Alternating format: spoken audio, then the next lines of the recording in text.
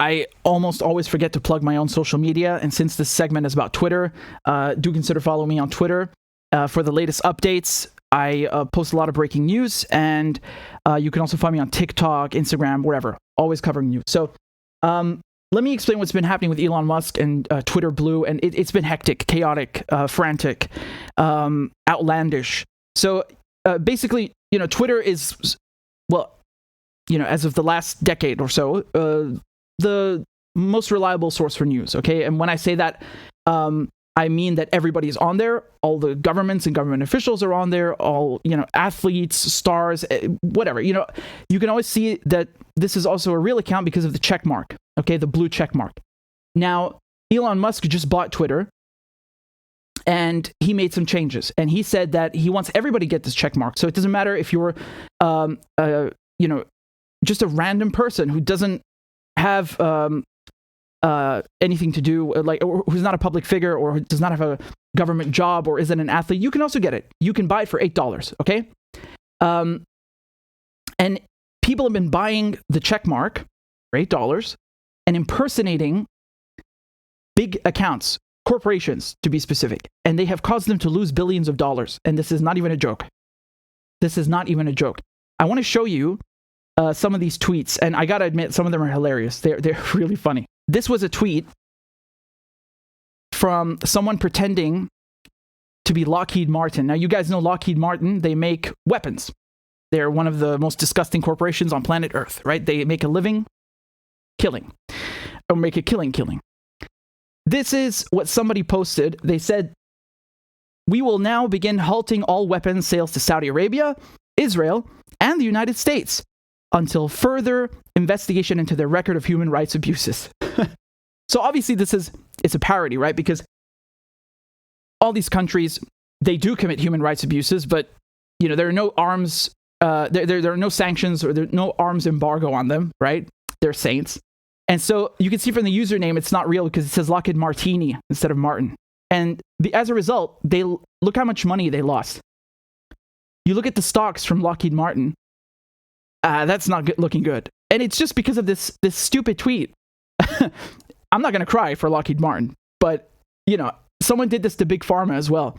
There's a company that sells insulin, right? People who are diabetic, there are two types of diabetes, but some diabetics, they need insulin or they will die. And the person who basically, this is in the early 20th century, right? He sold the patent for insulin, okay? So I think his name, it was Banting, right? Wasn't his name Banting? He discovered it.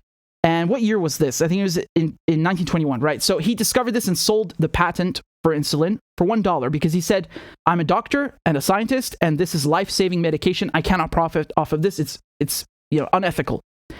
And in the United States, this company, Eli Lilly, is one of the only companies that manufactures insulin. It's one of the top profiteers of insulin. And somebody impersonated their account and said, quote, "We are excited to announce insulin is free now." And of course, that's not true, because why would a pharmaceutical company like them ever give away a life-saving medication for free? They didn't. But nevertheless, look at the stocks. It caused them to lose billions of dollars. Now, I know there are people saying, well, this is just a trivial amount because they're big pharma. They'll make the money back. Fine.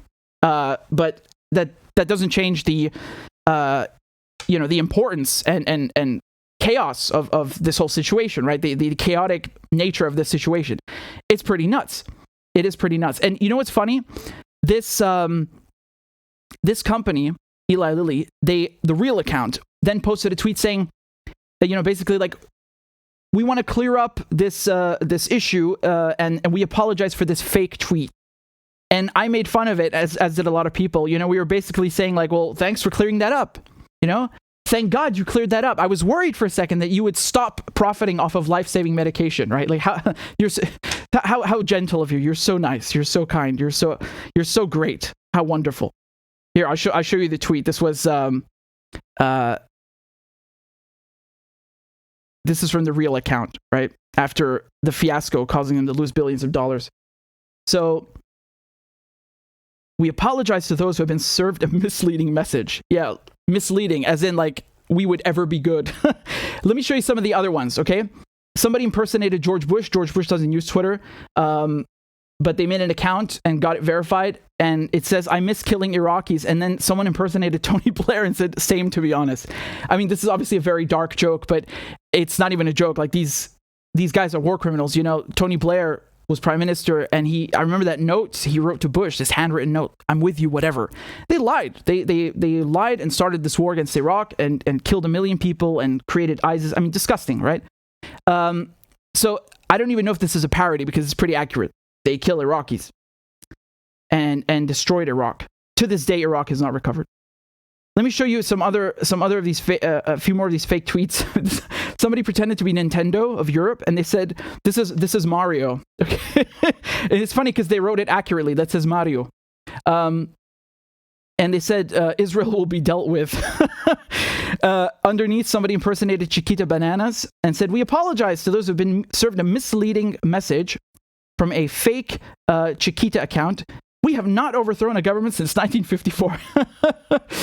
So, you know, for a second when I read that, I thought, oh, this must be the official account because they're apologizing for the fake tweet like Eli did. And no, that was a good punchline. You know, in 1954, what they're referring to is the coup in Guatemala.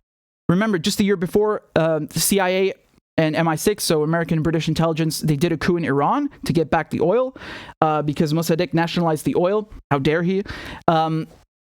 And the following year, 1954, there was a coup in Guatemala. And at the time, this company was not called Chiquita. It was called United Fruit, right? So just to show you how much power this corporation had, just sell fruit, man. There's lots of money in that. Because the incoming president nationalized the land and took it back, right? Because they were growing it in Guatemala. They literally pushed the U.S. government to go and coup this guy. Like, just again to show you the unison between state and corporation, which is a hallmark of fascism. I mean, it's not. I know liberals and people pretending to be on the left in the U.S. like to say fascism all the time. You know, they abuse that word, but you know, truly, corporate and state fusion is really legitimately a hallmark of fascism. And that company changed its name, of course, because people found out. So now it's Chiquita, but it's the same company. And in Iran, like I told you, who was exploiting oil in Iran? It was a company called the Anglo-Iranian and Anglo-Persian Oil Company. And today they're known as BP, British Petroleum. So these companies had to rebrand because they were caught overthrowing foreign leaders to steal their resources. So these tweets are really funny, honestly. Some of them are really good. But they're causing havoc. And I'm not going to cry for Big Pharma and the military-industrial complex. But,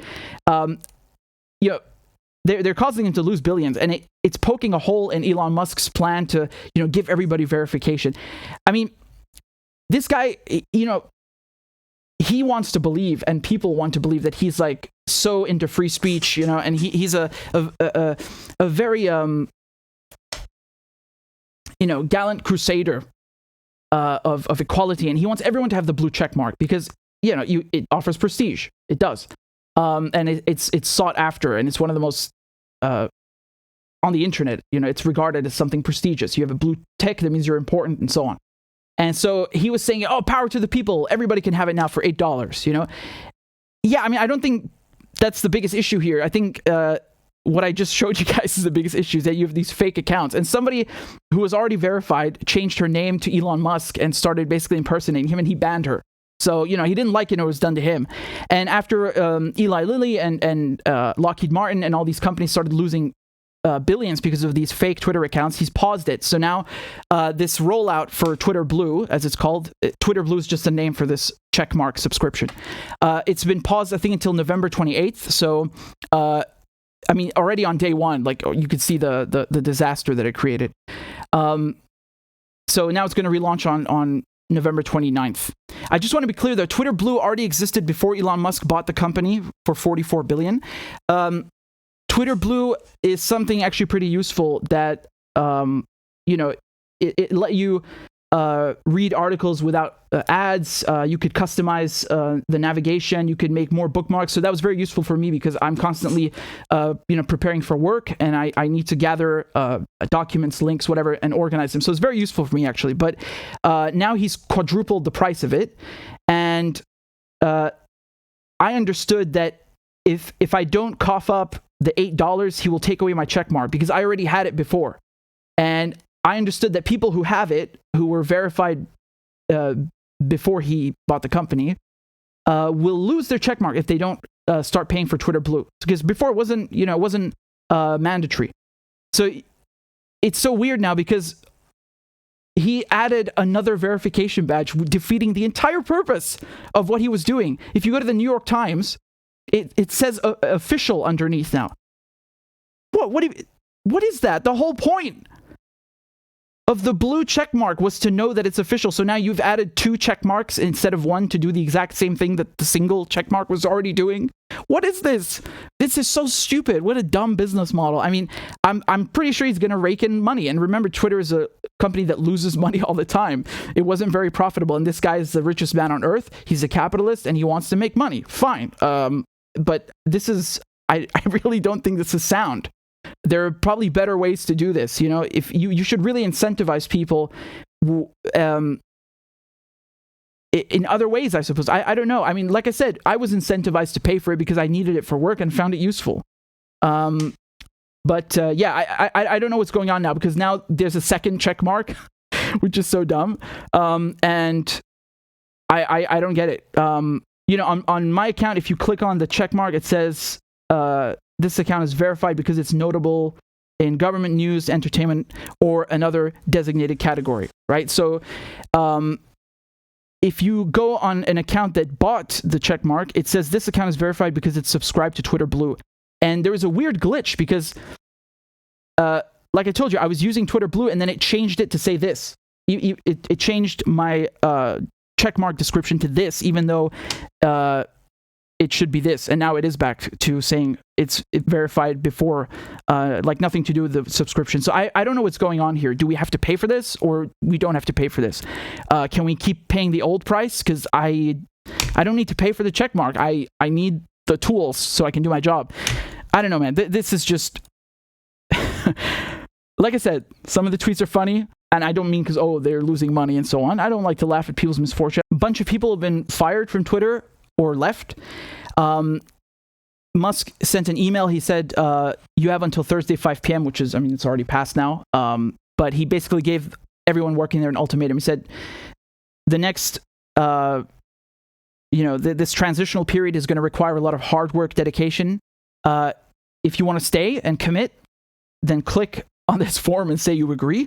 And if you are not down to work hard, then leave. And, people raise concerns about that because, it's one thing for your boss to pump you up and encourage you to work hard. I think might have been a better way to phrase what he's phrasing. But there are also people raising legal concerns that, you can't just say everybody has to come into work. Like, what if they're disabled? There are people who have legitimate concerns about not being able to come into work because, since the pandemic started, a lot of companies started, a lot of people, most people just started working from home, remember? And some of that has stayed, but he said, no, everybody comes to work right now in person. And, people that have disabilities or, who are not able to put in all the hours that he's demanding, basically, they're worried about that. I don't know how many people that constitutes, but Twitter's just got a few thousand employees, A lot of them left because they don't like Elon Musk. So they weren't fired. They just left because they don't like him. And something which is really confusing is the guy who is sort of his PR, spokesperson resigned. Okay, so this is... you would go to Elon Musk's Twitter account and you would see him constantly retweeting this guy.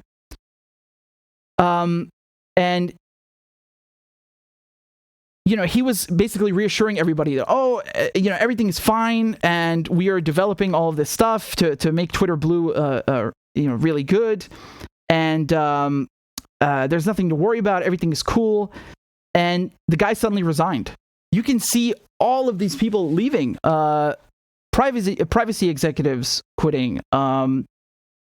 You have so that's Damien Kieran and Chief Compliance Officer Fogarty. Then you have the ad sales chief quitting. Eli Lilly, the company the pharmaceutical company we're just talking about, they pulled their Twitter ads after this fiasco.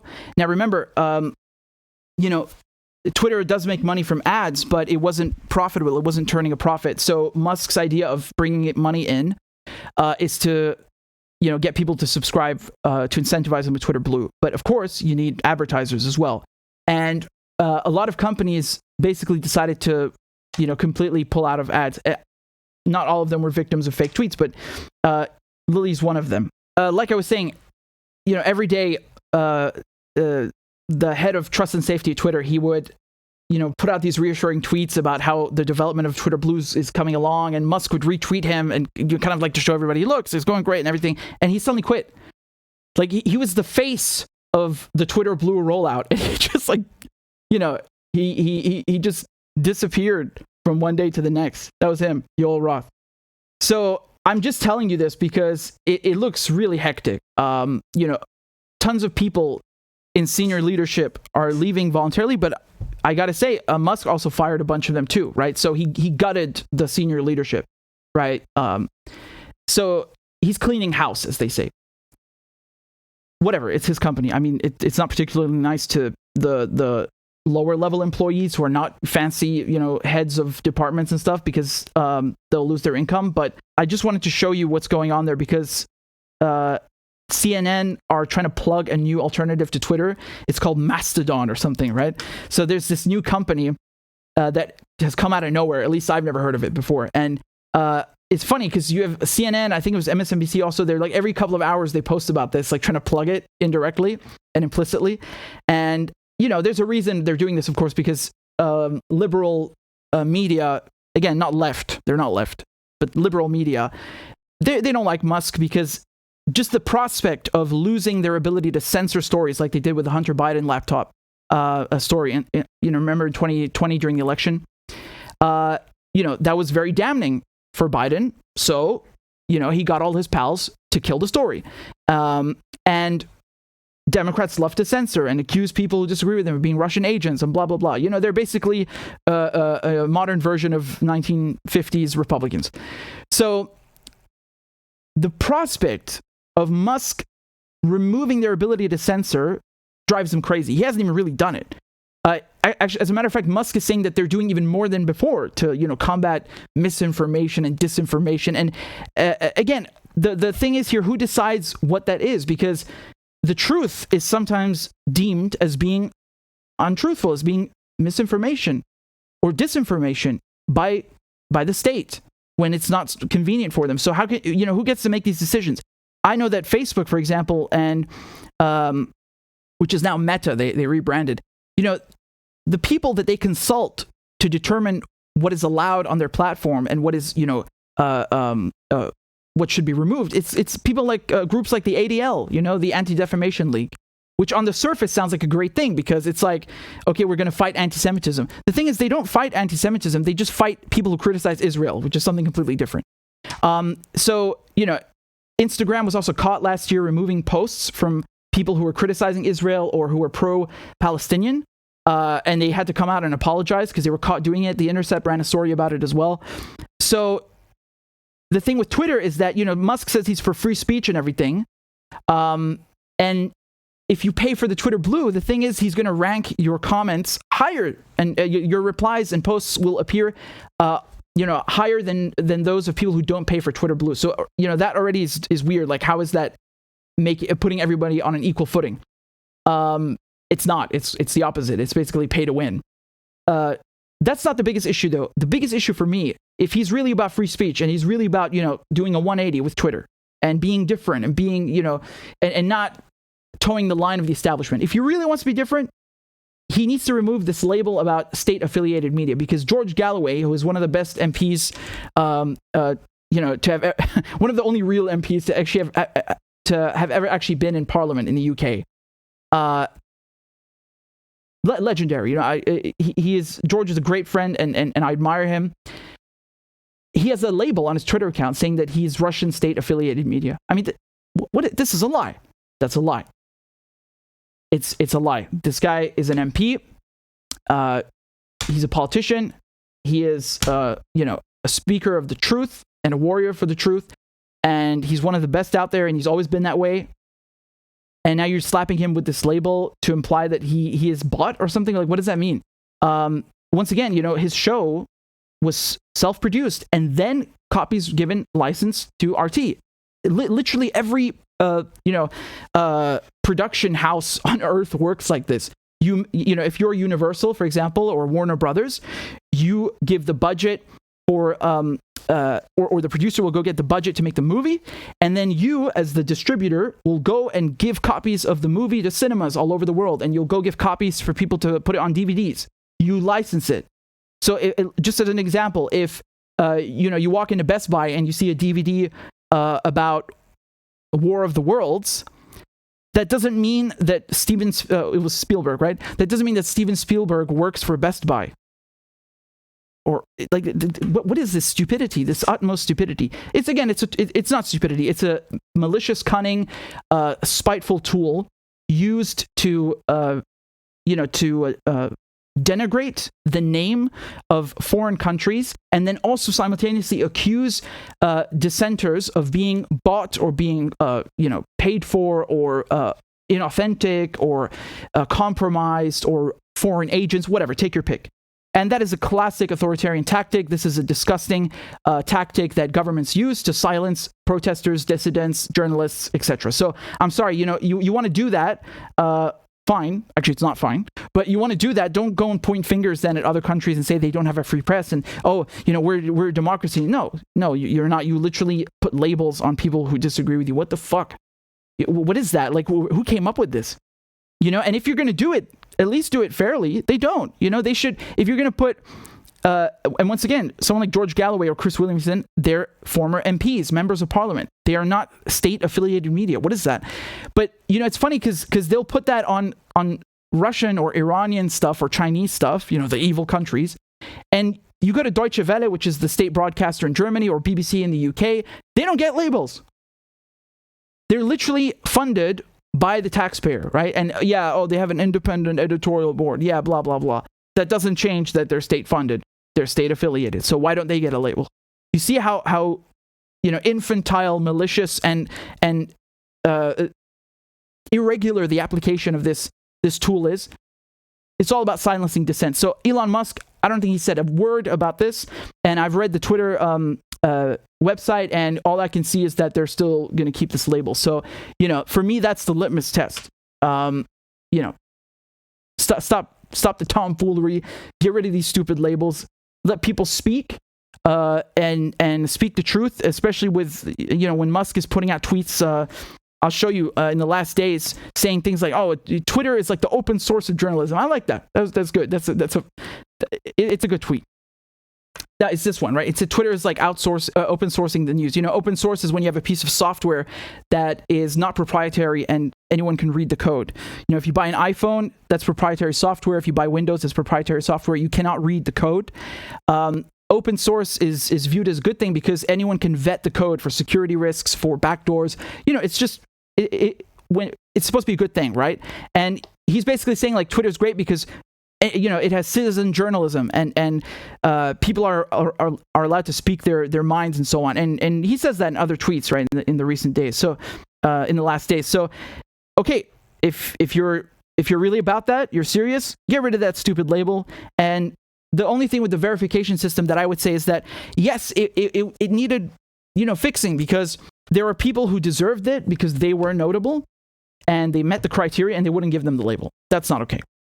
And there are other people who were not even using Twitter and who didn't deserve the label, who were, the check mark, right? Not the state media label. I'm talking about the blue check mark, right? The coveted blue check mark. And they were given the check mark even though they don't need it, or were not using it. So, again, if you're notable, you're notable. That's it. It doesn't change if you use your account or not. But there were a lot of people who deserved it, and who, it's not about deserving it or, oh, I'm so important, I really want this thing because I'm so cool. No. When you become famous and successful, or a public figure, you need to have this to avoid other people impersonating you. So it's really important, because you saw these companies lost billions of dollars. And again, I'm not going to cry for them, but you see, it's not a game. Like, this is actually serious. He should have fixed that and made the system better. You know what? You could have charged the ones that are verified, I suppose. I don't agree with it, but I don't think the rollout is looking too good right now. I don't even know if I still have to pay for this. You know, I don't like that, like threatening you, like, oh, you better pay me or I'm going to take away your check mark so it's easier to impersonate you. What? That's not. It's not supposed to be for sale, man. Anyway, I get it's your site, fine, dude, but you know, play it cool. I was already paying for the stuff for work, so let's see if he's serious with the state label. I don't. You know, I'm not going to get my hopes up.